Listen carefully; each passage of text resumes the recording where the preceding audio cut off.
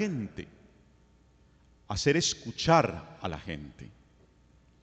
Es decir, el profeta tenía la misión en nombre de Dios de que la gente pudiera ver con claridad el proyecto de Dios, el plan salvífico de Dios, y pudieran escuchar la voz de Dios.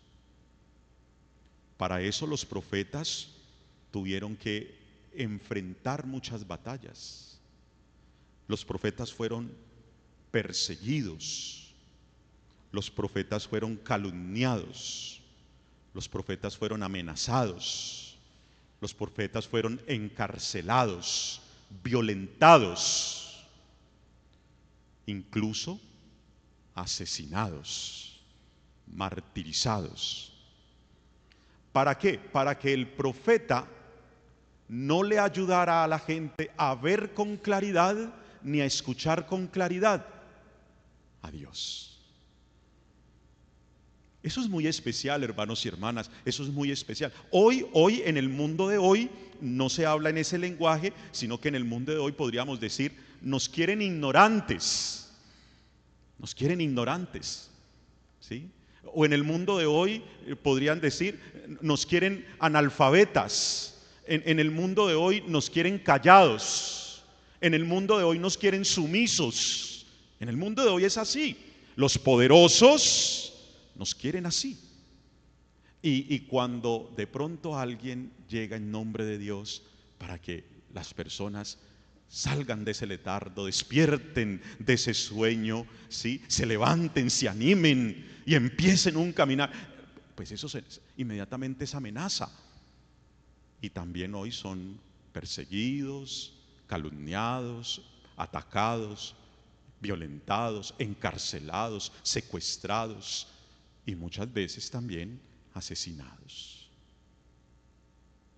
Pues hermanos y hermanas, claramente eso es lo que hoy expresa la palabra de Dios. Y miren qué especial que durante todo el tiempo del Adviento en el que nos encontramos, siempre la primera lectura será tomada de un profeta. Estamos con el profeta Isaías desde que empezó el tiempo del Adviento.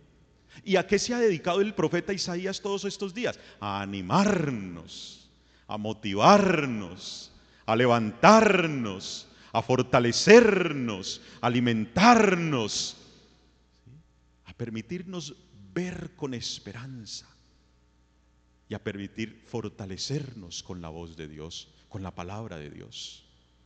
Y hoy el profeta Isaías dice, no tengas miedo, no temas. Miren tan especial el lenguaje poético que utiliza en nombre de Dios, porque el profeta habla en nombre de Dios, no habla por cuenta propia, es instrumento de Dios. Y en nombre de Dios el profeta le dice al pueblo, el pueblo que está esclavo, el pueblo que está sufriendo, el pueblo que está siendo maltratado, el pueblo que está siendo perseguido, el pueblo que está siendo asesinado, les dice en nombre de Dios, no temas, gusanillo de Jacob, oruga de Israel, yo mismo te auxilio. Así dice el Señor, tu libertador es el Santo de Israel. Ahí está la misión del profeta. Pero el profeta tiene que tener muy claro, hermanos y hermanas, que la vida es una batalla. Y es una batalla espiritual. Para ser profeta uno no tiene que meterse en la primera línea, para ser profeta uno no tiene que meterse a la guerrilla, para ser profeta uno no tiene que meterse al vandalismo, no. Para ser profeta no es necesario eso, hermanos y hermanas. Para ser profeta no es necesario quemar llantas, para ser profeta no es necesario cerrar vías, para ser profeta no es necesario alterar la dinámica de la ciudad. Para eso no es necesario para ser profeta, hermanos y hermanas. Porque la batalla es espiritual. Espiritual. ¿Qué quiere decir eso, hermanos y hermanas?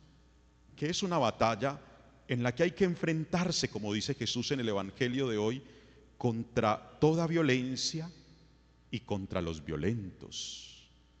Dice Jesús de esta manera en el Evangelio de hoy: desde los días de Juan el Bautista, profeta, hasta hoy, el reino de los cielos el plan de Dios, el proyecto del reino de Dios, sufre violencia y los violentos lo arrebatan. Eso está claro, hermanos y hermanas. Nosotros no tenemos por qué aterrarnos, ¿sí?, de las realidades que nosotros vivimos, de violencia, de amenaza, de persecución, de maltrato, de daño. Eso es lo cotidiano que nace del corazón del ser humano en el que no habita Dios.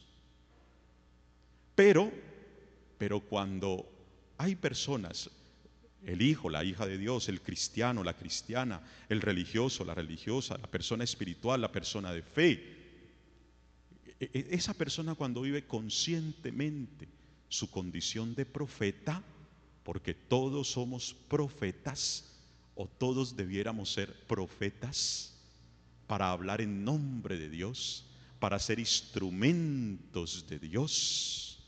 ¿Para qué? Para animar, para fortalecer, para levantar, para encaminar, para acompañar, para iluminar.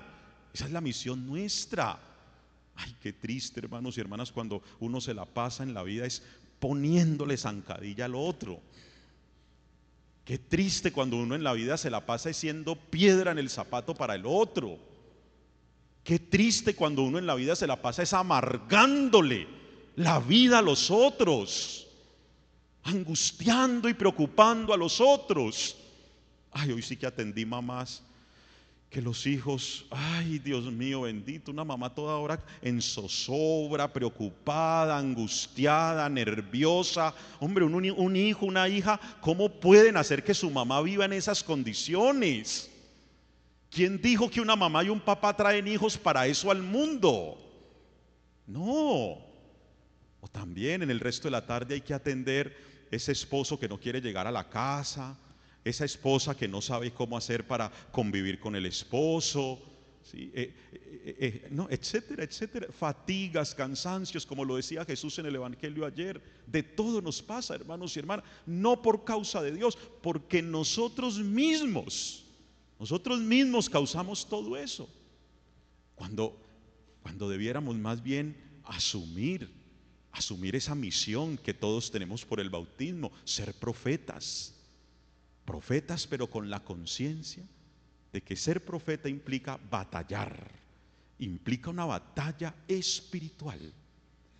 Y aunque los violentos y aunque la violencia que nos amenaza puede muchas veces hacernos pensar que ellos están triunfando y ganando, sabemos por la promesa de Dios a través de la ley y los profetas, a través de su palabra, sabemos que siempre el que finalmente vence es Dios.